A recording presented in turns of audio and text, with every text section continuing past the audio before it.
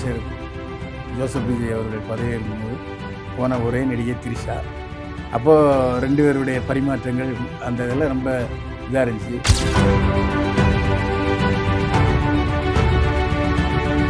அது காரணம் அவருடைய ஆஃபீஸுக்கு மேலே ஃப்ளாட்டில் த்ரிஷா வாடகைக்கு இருந்தாங்க.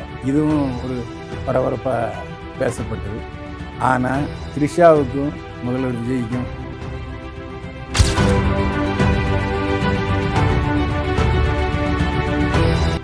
நீங்கள் குழந்தை உண்டாயிருக்கீங்க, அதை கவனத்தில் வச்சுங்க, நல்லபடியாக குழந்தை பேர் நடக்கணும் அப்படின்னு ரொம்ப பேர் வேண்டியிருக்காங்க.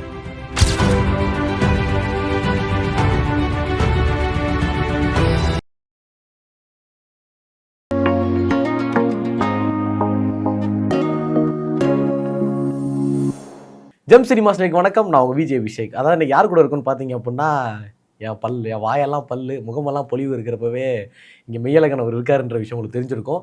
அதாவது நம்மளோட பைல்வான் ரங்கநாதன் சார் கூட தான் இருக்கோம். சார் வணக்கம். வணக்கம். என்னை வாழ வைத்துக் கொண்டிருக்கும் யூடியூப் சேனல் நேயர்களுக்கு நன்றியும் வணக்கம். அதாவது நம்ம தமிழ்நாட்டை சேர்ந்த ஒரு முன்னணி நட்சத்திரமாக இருக்க ஒரு நடிகை வந்து ஃபாரின் போயிருக்காங்க. அங்கே இருக்கிற மக்கள் வந்து நம்ம நாட்டு முதலமைச்சரை வந்து கேட்டுறதா விசாரிச்சிருக்காங்க. சமீபத்தில் த்ரிஷா ஆஸ்திரேலியா போயிருக்காங்க. அங்கே சிட்னி நகருக்கு போயிருக்காங்க. சிட்னி நகரில் ஒரு கடை திறப்பு விழாவுக்கு போயிருக்காங்க. அப்போது ஆஸ்திரேலியாவை பற்றி சொல்லும்போது, ஆஸ்திரேலியா வந்து அடிக்கடி வருவேன், ஏன்னா எனக்கு பிடிச்ச நகரம் சிட்னி. சிட்னியில் ஒரு கடை திறக்க போகணுன்னா நான் உடனே வந்துட்டேன். எனக்கு ரொம்ப சந்தோஷமாக இருக்குது. நான் இங்கே வந்தேன்னா ஒரு நாளில் போக மாட்டேன், ஒரு வாரம் உட்காந்து ஆஸ்திரேலியா போகிறேன், சுற்றி பார்ப்பேன். எனக்கு மனதுக்கு ஏற்ற ஒரு நகரம் சிட்னின்னு சொன்னாங்க. அந்த விழாவில் கலந்துக்கிட்ட ஒருத்தன் கேட்டிருக்கேன், எங்களுடைய வாழ்த்துக்களை முதலமைச்சர் தளபதி ஜோசப் விஜய்க்கு தெரிவிங்க அப்படின்னு சொன்னோடனே அப்படியே சிரிச்சிட்டாங்க த்ரிஷா. சிரிக்க மட்டும்தான் செஞ்சாங்க, பதில் எதுவும் சொல்லலை. ஏன்னா அவங்க பதில் சொல்லி ஏதாவது சொல்லி அது மறுபடியும் பிரச்சனையாகி மறுபடியும் ஊராக இப்போ தான் கொஞ்சம் அடங்கியிருக்கு அந்த விஷயம். அதனால் சிரிச்சிட்டு பேசாமல் வந்துட்டாங்க த்ரிஷா. அடங்கின விஷயத்தை இந்த கொளுத்தி போட்டோம்ல. அது ஏன் சார் த்ரிஷா அவர்களை கண்டாலே எல்லாரும் இந்த கேள்வியை கேட்டுறாங்க, விஜய் சாரை கேட்டதா சொல்லுங்கள், முதலமைச்சர் கேட்டதா சொல்லுங்கள் அப்படின்னு? இல்லை, அதாவது சினிமா உலகத்திலிருந்து போன ஒரே நடிகை த்ரிஷா. அதாவது முதலமைச்சர் ஜோசப் விஜய் அவர்கள் பதவியேற்கும்போது போன ஒரே நடிகை த்ரிஷா. அப்போது 2 பேருடைய பரிமாற்றங்கள் அந்த இதெல்லாம் ரொம்ப இதாக இருந்துச்சு. அதுக்கு முன்னாடியே பார்த்திங்கன்னா, இன்னும் சொல்லப்போனால் அதிகமான படங்களில் த்ரிஷா அஜித் தான் ஜோடியாக நடிச்சிருக்காரு. ஆனால் பேசப்படுறது விஜய் பேசப்படுறாரு. அது காரணம் அவருடைய ஆஃபீஸுக்கு மேலே ஃப்ளாட்டில் த்ரிஷா வாடகைக்கு இருந்தாங்க. இதுவும் ஒரு பரபரப்பாக பேசப்பட்டது. ஆனால் த்ரிஷாவுக்கும் முதல்வர் விஜய்க்கும் காதல் கிடையவே கிடையாது. அதை வந்து ஏற்கனவே த்ரிஷா பல முறை சொல்லியிருக்காங்க, பல முறை நானும் சொல்லியிருக்கேன். எனக்கு வந்து திருமணம் மேலே நம்பிக்கையே கிடையாது. ஏன்னா அதுக்கு த்ரிஷாவுக்கு சொன்ன காரணம், ஏற்கனவே அவங்க 2 காதல் பிரேக்கப் ஆகி திருமணமும் பிரேக்கப் ஆகிருக்கு. அதனால் நம்ம எப்போ கல்யாணம்னு சொன்னாலும் அது வந்து பிரேக்கப் ஆகிடுது. 2வது சமகாலத்தில் என்னுடைய நடிகைகள் பல பேர் காதல் திருமணம் செஞ்சாங்க. அவங்க எல்லோரும் பிரேக்கப் ஆகி இப்போ கோர்ட் வாசலில் ஜீவனாம்சம் கேட்டு விவாகரத்து கேட்டு நிறைய நடந்துக்கிட்டு இருக்காங்க. இதெல்லாம் எனக்கு வந்து திருமணம் மேலே நம்பிக்கை இல்லாமல் போயிட்டுன்னு த்ரிஷாவே சொல்லியிருக்காங்க. அதை பலமுறை சொல்லியிருக்கேன், இங்கேயும் பதிவு பண்ணுறேன். என்ன காரணம்னா, நாளைக்கு வேறு மாதிரி யாராவது நினச்சி என்ன நம்ம தொழிலுக்கு வேட்டி வச்சிடக்கூடாது. அதுக்காகத்தான் முன்னெச்சரிக்கையாக நானே சொல்லிட்டேன். Okay sir. அதெல்லாம் 2 பேரும் நல்ல ஒரு பெஸ்ட் ஃப்ரெண்ட்ஸாக இருப்பாங்க அப்படின்னு. பெஸ்ட் ஃப்ரெண்ட்ஸாக இருப்பாங்க நினைக்கிறேன். ஆமாம், ஃப்ரெண்ட்ஸ். ஆமாம், only friends. Yes. Okay sir. அடுத்ததாக இதுலேயே வந்து இன்னொரு விஷயம் என்ன அப்படின்னா, சமந்தா அவர்கள் வந்து இப்போ ரீசெண்டாக ப்ரெக்னெண்ட்டாக இருந்தாங்க. எல்லாருக்குமே ஒரு வகையில் சந்தோஷமாக இருந்தாலும், இல்லை பிரசவ லீவ் எடுத்துக்கிறேன்னு சொன்ன ஒரே நடிகை சமந்தா தான். சமந்தாவை பொறுத்தவரை சமீபத்தில் தாய்லாந்துக்கு போயிருக்காங்க.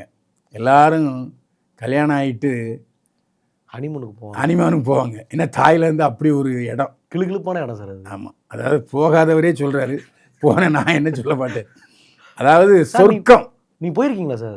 நான் போயிருக்கேன். எத்தனை நாள் இருந்தீங்க? 2 முறை போயிருக்கேன். 3 நாள் இருந்திருக்கேன். ஆனால் அங்கே வந்து காசு வேணும். அதாவது கொஞ்சம் காசை வச்சுக்கிட்டு போனோம்னாக்கா அங்கே நம்ம ரொம்ப ஜாலியாக இருக்கலாம். சினிமாவில் ஷூட்டிங் போனோன்னு வச்சுங்க, அவன்கிட்ட போய் எப்படி காசு கேட்குறது, இங்கே வந்தானே காசு கொண்டு தருவான், இங்கேயே காசுல சும்மா இருங்கனேம்மா. ஸோ அப்படி மேலோட்டம் பார்த்தா தெரியுது. அதாவது உலகத்தின் சொர்க்கம் எதுன்னா தாய்லாந்து தான். வாழ்க்கையில் அனுபவிக்கணும்னா ஒருத்தன். ஆனால் கல்யாணம் கட்டிட்டு போனாச்சுன்னா அது ஹனிமூனாக இருக்காது. அவ்வளோதான். எரியும் வயிறு. என்னடா இது இப்படிலாம் இருக்க இப்படி இருக்க. ஏன்னா எல்லாருக்கும் தன்னுடைய மனைவி மட்டும் அழகாக தெரிய மாட்டான். அதேமாதிரி மனைவிக்கும் புருஷன் அழகாக தெரியவே மாட்டான். அது எல்லாருக்கும் இயல்பு. அது சொல்கிறதுக்கு வெக்கப்பட வேண்டிய தேவையே இல்லை. எவன்கிட்டயா கேட்டு போகிறேங்க, உலகத்தில் அழகியாருன்னு நடிகை வரதுன்னு சொல்லுவோம். கயடு. ஆமாம், பொண்டாட்டி வரை எவனும் சொல்ல மாட்டான்.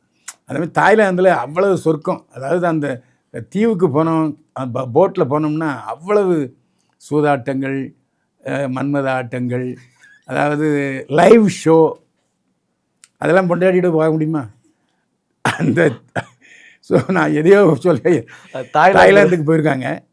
இவங்க என்னடான்னா கற்புமான பிறகு தாய்லாந்துக்கு போயிருக்காங்க.